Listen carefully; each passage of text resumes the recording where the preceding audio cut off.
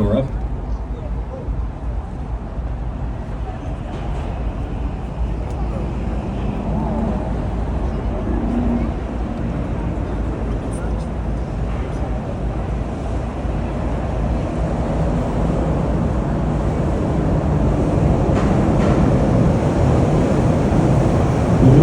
Welcome to downtown Chicago.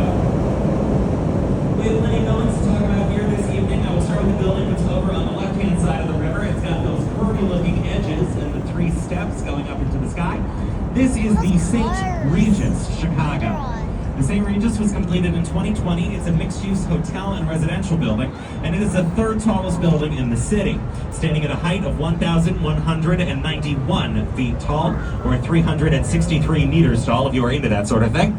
At that height of 1,191 feet, you are not only looking at the 3rd tallest building in Chicago, you are looking at the tallest building on Earth, designed by a woman. Designed by Jeannie Gang. She runs Studio Gang. She's a Chicagoland native, and she's currently up on the top spot of that list. Now, she built this building in a style we call contextualism, which celebrates and embraces the idea that buildings don't go up in a vacuum. They go up in cities, in neighborhoods. They have surroundings, and the building should be in conversation with those surroundings. In this case, those curvy-looking edges, along with the green-blue color to the facade, are meant to make you think of the water of the building sway in the wind. That is a feature, not a bug. You want your buildings to move, otherwise they would put too much pressure on their foundations. But if they move too much, the people inside might get carsick.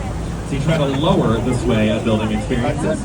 In this case, if you look up near the top of the tallest section of the tower, you will see 2 floors that it looks like they forgot to build. That is called a blow-through.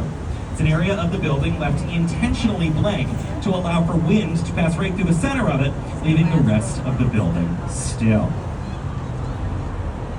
Now, a moment ago, I welcomed you to downtown Chicago. If you were talking to a Chicagoan and you said, "Hey, I'm going downtown," we would know where you're talking about. It's where all the tall buildings are and where the business district and the cultural district are. But we don't really call our downtown only down if you're up on the north side.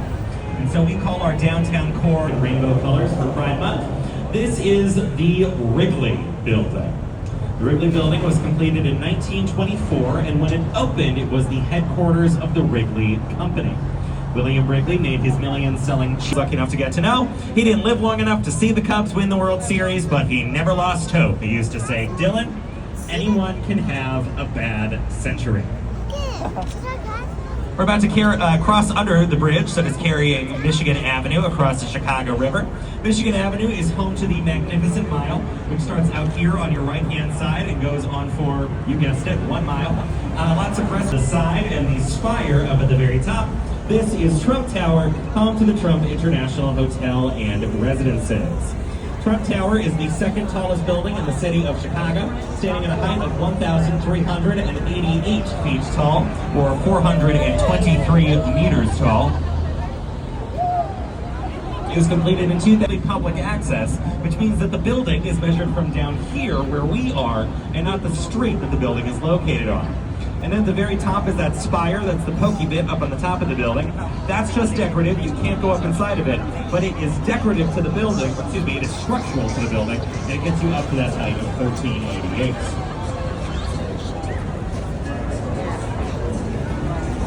Over on the right-hand side of the river, runoff is from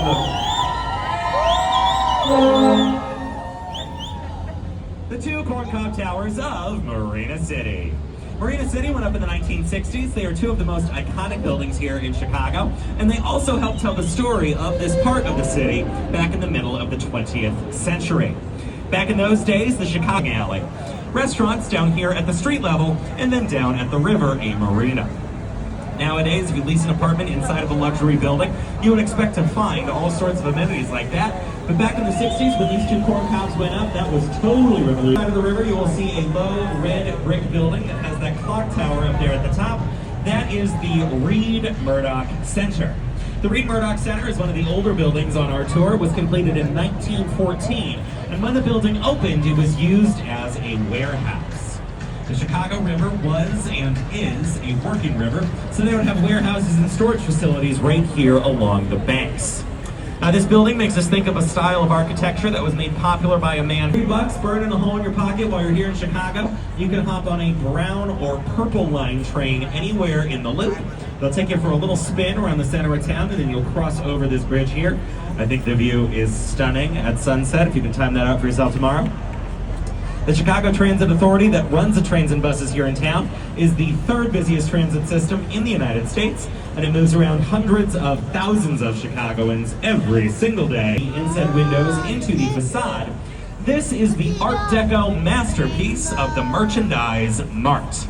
Merchandise Mart was constructed in 1929 for the Marshall Field department store, and upon its completion, it became the largest building on Earth.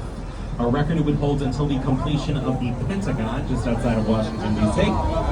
This building stands at 25 stories tall. There are over 4 million square feet of area inside, over 7 miles of hallways, 43 elevators. It has its own stop on the Chicago L, and until 2008, it's up with the North Branch, which is over on your right-hand side, and the South Branch, which is down on your left.